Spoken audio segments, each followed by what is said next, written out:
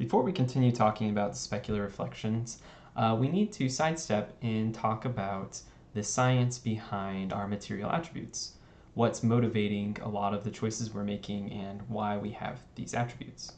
A lot of our material properties are driven by this concept of physically based rendering or physically based shading. Physically based rendering is a method of trying to simulate how light actually interacts with surfaces in the real world in our rendering package. Previously, we would use non-realistic hacks and tricks to give the appearance of real light interactions. They were quick to render, but they were not technically correct according to real-world phenomenon. Physically based rendering can mean a lot of things depending on what situation you're working in, whether you're talking about shaders and texture workflows for video games, or you're just talking about rendering techniques for computer graphics.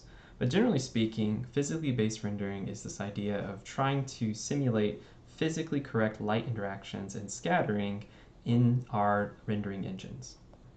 Before we talk about how light interacts with our surfaces and our materials, we need to have a better understanding of light properties in the real world. Light is electromagnetic radiation that, for our purposes, we'll treat as waves. Light is emitted from sources like the sun or lamps, and all other objects that we see in our world are actually just reflecting light back to us that was created at a light source. The color of the light is based on the wavelength of the light. So the wavelength is this distance between the peaks or the valleys of our wave of light. So you can see here, red has the longest wavelength, and then violet has the shortest wavelength. Light that we see is not usually made up of only a single wavelength of light.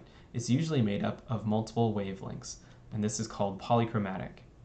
White light would have every single wavelength of visible light contained in it or packed together, and that's how we see white. So as you add light together, or wavelengths of light together, you get closer and closer to white.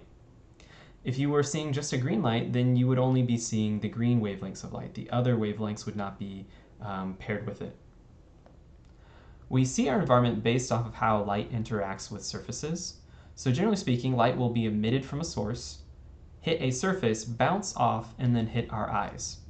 Some wavelengths of light are absorbed by the object when they hit that surface, and that's due to the chemical material of that surface.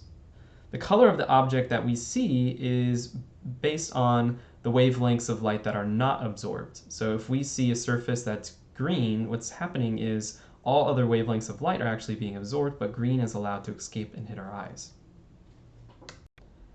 So based on our previous example, if I have a red surface, then what's happening is the red wavelengths of light are allowed to reflect off and escape, and all other wavelengths are being absorbed by that surface. If I have a white object, then what's happening is no wavelength of light is being more absorbed than any other, so they're all being reflected off an equal amount. And if I have a particularly black surface, what's happening is all wavelengths of light are being equally absorbed by that surface. Light can interact with our environment in a number of different ways, and we're going to be focusing only on a certain few of these. So transmission is where light is allowed to just pass cleanly through the surface or the material. Reflection is where light does not enter the surface but is actually bounced off. Refraction is when light enters the surface, but then it bends or changes direction uniformly. Absorption is when light enters the surface, but it is actually being transferred or changed into a different energy form, like heat, so it's no longer light. And then scattering is when light enters the surface, and it's kind of like refraction. It's going to change directions, but instead of going in a single direction uniformly with all the other light, it's going to scatter in random directions. For the purposes of shading materials, I like to group this into two simpler categories. One is reflection, so light bouncing off the surface, and two is what happens underneath the surface, or the subsurface interactions. Reflection occurs when light does not penetrate the surface or go beneath the surface, but instead bounces off of it. The clarity of our reflections is based on the quality of our surface. So a rough or uneven surface will scatter our light and our reflections will look blurry, while smooth and perfect surfaces will reflect the incoming rays together, and it will give us a crisp image. We'll see an example of that in a second. It's important to make a distinction that light will not only reflect or only scatter underneath the surface. It usually does both. You usually have some light that will bounce off the surface and some of the light will penetrate the surface of the same object. And it's this combination of interactions is how we see most objects in our world. On a small, almost microscopic level, if the surface is more or less even and smooth, then the reflections that we see are going to be more perfect or clear. And that's because the light comes in grouped together and will bounce off and leave together still grouped. On a rougher surface that is more irregular and abrasive, then the light, when it hits that surface, is no longer going to be grouped, and so they will actually scatter around and the image becomes blurry. And here's one more example. You can see on the left-hand side, this object has a less abrasive surface, and so the light gets to travel and stay grouped together more frequently, and so our image is a little bit clearer. And because this surface is a little bit more abrasive, the surface or the light that hits the surface, and they all start to separate and scatter, and so the image becomes less clear and perfect. So that's reflection, and we'll revisit this in a little bit, but let's go ahead and continue talking about what happens beneath the surface, the light that doesn't bounce off. So this can be called a number of things. One of the most common names you'll have for it is diffusion or diffuse. And if you've ever looked at a material or a shader, especially in the RenderMan materials, you'll notice a diffuse component. And so that's essentially approximating all these different interactions that happen underneath the surface. Another term you'll hear is also subsurface scattering, so things that happen beneath the surface. So diffusion or subsurface scattering is what happens when light isn't reflected and light is allowed to enter the surface. Beneath the surface, the light is going to interact with the medium in a number of different ways, including scattering, refracting, and absorbing. Scattering occurs when light stops traveling in a single direction and is instead redirected in many different directions, kind of like a startled flock of birds, or if you took a vase and you dropped it onto the ground and it scattered into many different directions. Refraction is when light bends whenever it enters or exits a material, kind of like the image on the right-hand side. You've probably noticed this whenever you've seen something through a glass of water or a particularly thick, transparent material. The light is going to keep traveling together. It's not necessarily going to scatter in different directions, but all that light is going to bend together in a particular direction. And so we get that perception of light actually, or the object that we're seeing actually being in a different location because the medium is bending and moving that image into a different location. Absorption is when certain wavelengths of light are absorbed and converted into another form of energy, like heat. And so when we have light traveling and scattering around underneath our surface, some of those wavelengths of light are going to be absorbed. And like we mentioned before, the light that escapes and reaches our eyes is the light that is not absorbed. So it's going to change the color of our light whenever light enters the surface and comes back out, because some of that light and some of those wavelengths are going to be absorbed and only certain wavelengths of light will escape. So when light enters the surface, it's usually going to be doing all of these different things. When it enters the surface, it's going to refract and change direction. It's going to encounter particles in that material and scatter in different directions. And it's going to be partially absorbed by the material, and only certain wavelengths of light are going to keep going and moving around. And eventually the light that escapes and comes back out is the light that we see. So it's going to change through all those interactions, and so it's not going to be in the same location and it's not going to be the same color. So if we revisit that original model that I showed you guys of, there's two groups of light, the light that hits the surface and bounces off, and the group of light that goes underneath the surface and does complex things. So this is a visualization of those complex things I just mentioned, that diffusion process or subsurface scattering. So light enters the surface, it's going to encounter different particles in the material, and it's going to be absorbed and re-emitted, or it's going to be scattered and redirected. And the wavelengths of light are going to be absorbed, it's going to change color, and when the light comes back out, it's changed, right? It's going to be going in different directions, unlike the reflected light. And it's also going to be changing a lot of its properties in terms of how bright it is or what its color is because of all the absorbing. So this is essentially diffusion, or subsurface scattering, what happens underneath the surface. So as I mentioned before, objects in real life aren't going to be only reflecting all light or only letting light underneath the surface and scattering. It's usually a combination of both. So we get reflection and subsurface scattering or diffusion on every object. So for rendering and shading, we usually use two terms to group these two interactions that we talked about. Specular, which is the reflected light, and diffuse, which is the diffusion of light underneath the surface, or that subsurface scattering, all those complex interactions beneath the surface of the material. So specular light is the light that is reflected off the surface, and the appearance of these reflections, as we mentioned before, depends on the smoothness of the surface. So a very smooth surface will create sharp and clear reflections, while a rough surface will give us really blurry and hard to understand reflections. One thing I want to kind of bring to your attention here is that because light is being reflected off the surface, it's not allowed to go into the surface and be absorbed. So the color of the light should not change on most objects. There's a particular group of objects we'll talk about later. So the color of the light that's reflected in the specular reflections, it should not change color from the light source. And diffuse light is that light that is allowed to enter the surface, refracts, scatters, and absorbs before coming back out and reaching our eyes. And so light will change direction a lot and will change color a lot in that process. And we call that, again, diffusion or subsurface scattering, those complex interactions that occur beneath the surface. So if we revisit that model of the light separating into two groups, right? The light that bounces off and the light that goes under, scatters, refracts, and is absorbed and comes back out. We can group those into specular and diffuse light. So specular is surface reflections. Diffuse light is light that is allowed underneath the surface and is absorbed, scattered, and refracted before coming back out.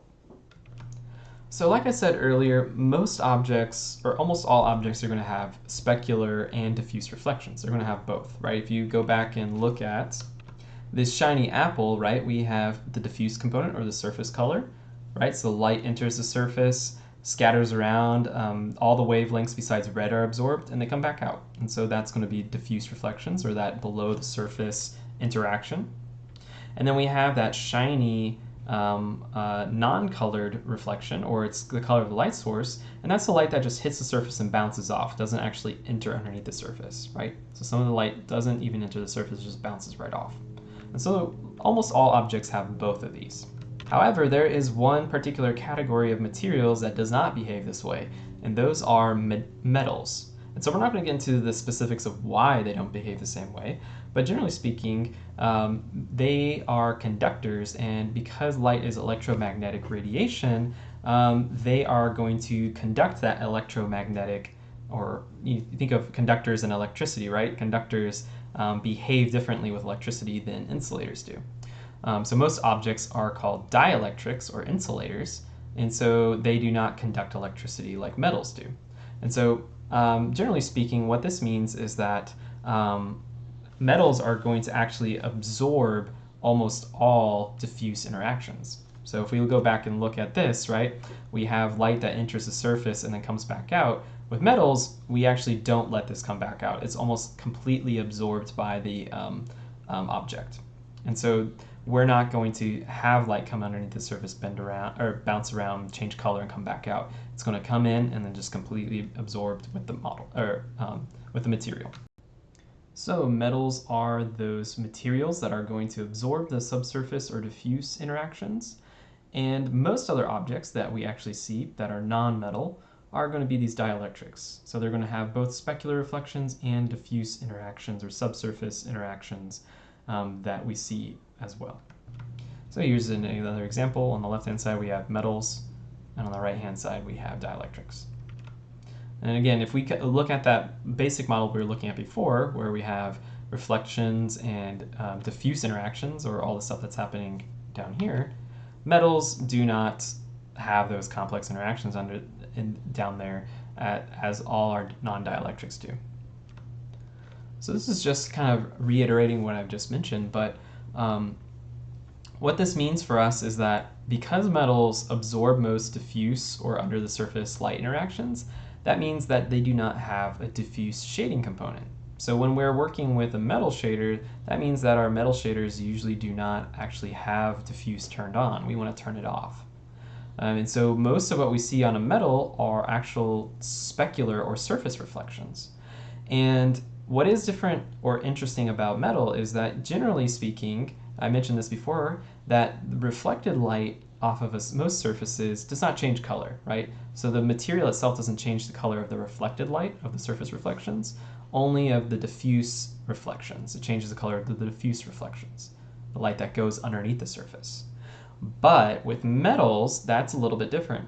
Metals will actually absorb some of the reflected light and only let some of it reflect off. And so that's naturally going to change the appearance of our metals, and it's going to make it look like it's a different color.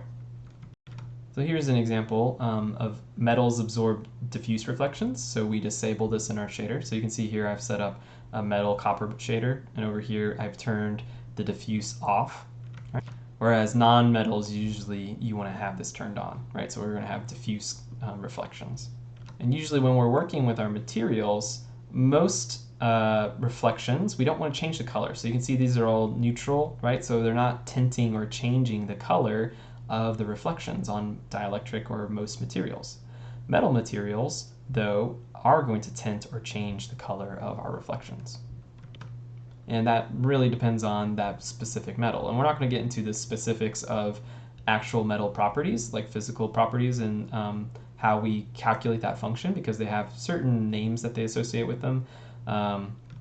Like some of those might be named something like a refractive index or extinction coefficient, but we don't need to worry about that so much. Right now we're just worried just the fact that the color that's reflected is going to be tinted. So you can see the reflections on copper have this kind of like red-orange color. Iron has this kind of grayish, it's really actually iron's more desaturated, and so is aluminum, so it's not actually tinting it that much. And then gold is going to be, of course, tinting it kind of like a gold orange yellow. And here in this example we can see a dielectric material right next to a metal material. So we have this plastic chapstick case, right? And those reflections from the light source are the same. They hit the surface and come off, and the surface isn't actually changing the color of the reflections, of the specular reflections. So you can see this is still like that white-yellow color, and this color actually looks almost the same as what we see outside of the reflections. But we can see here that the actual reflections on our key, this brass key, are actually turning into a gold or orange color. And so metals are going to tint their specular reflections, and non-metals aren't going to. So let's go ahead and drag this back into the discussion of material properties and continue with the lecture. So here we can see, we talked about diffuse being the surface color, right? And so that's just going to be how the color is, or how the surface is absorbing and re-emitting different wavelengths of light, so we get different colors coming off. And then specular is going to be that shininess of the specular reflected light, right? So light that doesn't enter the surface and get reflected. So you can see with diffuse reflections, this is all color changing. This is all tinting and absorbing light and re-emitting it. Specular reflections, there's no tinting. It's just that light that's reflected off and it's not being absorbed or changing the wavelengths of light, right? And so you can see with both of these together, we get this more believable and realistic image. And so this is using a technique, this is just a side note of cross-polarization, which is taking an image and I recommend you guys check it out, it's very interesting, but removing the reflected light from an image to get the diffuse or color information that's not being affected, because you can see those reflections are kind of obscuring some of that information. So a specular map is going to, most specular properties are going to have two settings, right? There's going to be the intensity or the color of the reflections, and there's going to be the roughness or the glossiness of the reflections, how shiny or sharp they are. Some materials, depends on what package you're using, are going to use glossiness, and some of them are going to be using roughness. And these are actually the opposite of one another, generally speaking. Glossiness means that if you say glossy, it means it's really sharp. And if you say rough, it means it's really blurry. So if you take a roughness map, you can actually invert it and get a glossiness map if you wanted it. So a gloss map will make the material shinier when it goes to a white value, pixel value, and a roughness map will make the material blurry when the map goes towards a white pixel value. So going back to those pixel values and how they mean different things, so if we're taking a look at intensity of our reflections, then black is going to be really, really dim, or well, once black, it's going to turn off our specular reflections. But the darker it is, that texture map is, the darker our reflections are. And then the closer to white our reflections are, or our texture map is for intensity, the brighter our reflections are. When we talk about roughness and glossiness, I'm just showing you another example. Glossy means that really sharp reflections, and then rough means really blurry reflections. And this is just a little bit more reiteration of what we talked about when we were going into the science of it a little bit, is that specular reflections, when the surface is perfect, have a really sharp, when the surface is perfect, it has really sharp reflections. And then if the surface is irregular, or we have this kind of underneath the surface behavior of light entering and scattering, we get blurry, or this is where it gets a little confusing, but sometimes people will say diffuse reflections, which means in some cases, like if you're only talking purely about like mathematical concepts of reflection, diffuse can also mean that the light scatters, or the angle or that ray scatters instead of traveling in the same direction. So that can be kind of confusing, and I don't want to confuse you guys too much. So if that sounded confusing, just kind of ignore what I was just saying, because it's more important that you guys associate diffuse with that interaction of light entering the surface, scattering, absorbing, and then re-emitting, and then specular being the part that bounces off of the surface. Here's just another example of going from glossy to rough. And here's another one where we're just taking the slider from glossy to rough. So if I have a roughness map, that texture map, the pixel values are going to say that if I have a black pixel, it means I'm going to have a not very rough surface, right? So if I'm defining a roughness attribute, that map means that black means 0, and if I have 0 roughness, that means I have a sharp image. So darker values means less rough. And then brighter values that are closer to white, means that my reflections are very, very rough and blurry. And like I said before, a glossiness attribute is going to be the inverse of that. So black pixel for a glossiness attribute or map is going to make it not glossy. So remember, black means off or 0, and so if I have glossiness map, that means not glossy. And then if I have a white pixel, it means very, very glossy or very, very shiny. And so I mentioned this earlier, but specular reflections and roughness are going to be one of those attributes that's going to have a huge impact on the appearance of your object and making it look more realistic. So you can see with this roughness map and varying the specular roughness or glossiness, it really adds a lot of texture and breakup and variety to our surfaces that feels more true to real life. So the top ones, we don't have any variation to the roughness, and on the bottom ones, we have a texture map plugged into the roughness channel. Here's another cool example in motion. So we have this guy with this helmet. You can see when it turns the roughness off, that without that variation, or it says roughness off, what it means is the roughness map is turned off. So it's just a constant roughness. But by having that texture map, we can really add a lot of believability and detail and wear to the surface. This attribute is probably less commonly used, but it's a handy one to know. It's called isotropy and anisotropy. So most objects' specular reflections are called isotropic.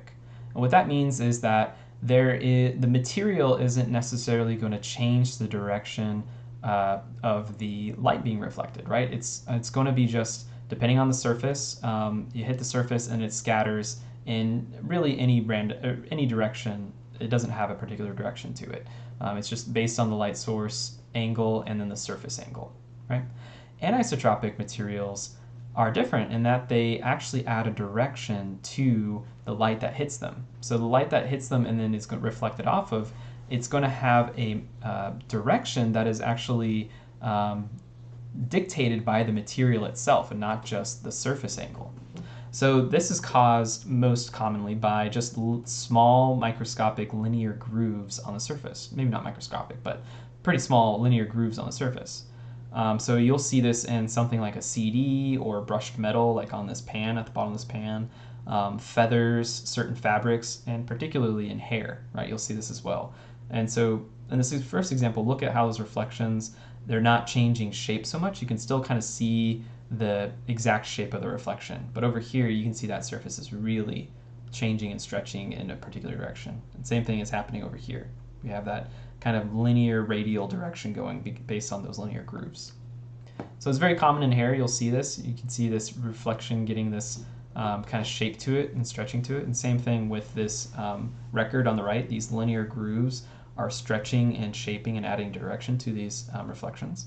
And here's two Christmas ornaments. On the left-hand side, we have anisotropic, right? So The material or the surface quality is not really changing the shape of the reflections. And over here, because of this fabric, this kind of fiber fabric that's going in a linear direction, is causing this shape to the reflections, this kind of ring or line that goes around it.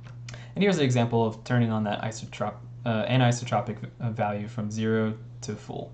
Right? It's going to stretch and add a direction to our reflections. There's one more property of specular reflections that I want to talk about here, and that is the Fresnel effect. So it looks like it says Fresnel, but it's pronounced Fresnel. And so this is a particular phenomenon that happens with specular reflections on surfaces where the reflection changes in intensity depending on the angle you're viewing it at. So the closer you are at a glancing angle or a shallow low angle to the surface, the reflections that are hitting your eye are much more intense and much more descriptive of the thing that is the light that's being reflected off the surface. So you can see in this example up here with this table, the potted plant that's on the table, when you're looking down at it at a steep angle, the reflection is a little bit harder to see, it's dimmer, and you're seeing more of the surface color, right? But as you get down lower and more of a glancing angle of the table, then the reflections of the wall and that potted plant on top of it are much stronger. So this is known as the Fresnel effect. And here, another example that you guys probably could do yourselves and see in real life is if you go out to something like a lake or any body of water, if you look straight down, and so you're looking at a steep angle down at the water, the reflection of the surface of the water is weak, so you can actually see through the water. But when you look out across at a shallow angle of that same body of water, things that are farther away, because you're looking at a shallow angle, the reflections are much stronger and you actually can't see through the surface. So deep angle we can see through, and shallow angle the reflections are overpowering the image or the surface. Here's just a few more examples, right? So the more shallow our angle of view is to the surface, the stronger those reflections are, and the steeper we are, the steeper the angle of view is, the weaker those reflections are. And here you can see, watch this wall, right? The further away we are from the wall and the less, when we're at a steeper angle to the wall, that reflection of the mailbox is much dimmer. But once we get almost like up against the wall, it's a really, really shallow angle. It's almost like a mirror-like reflection. Here's another example of that, right? So as we get closer and closer to the wall and get to a shallower angle, that reflection becomes more mirror-like. And then whenever we're farther away, it feels, it's less noticeable and prominent.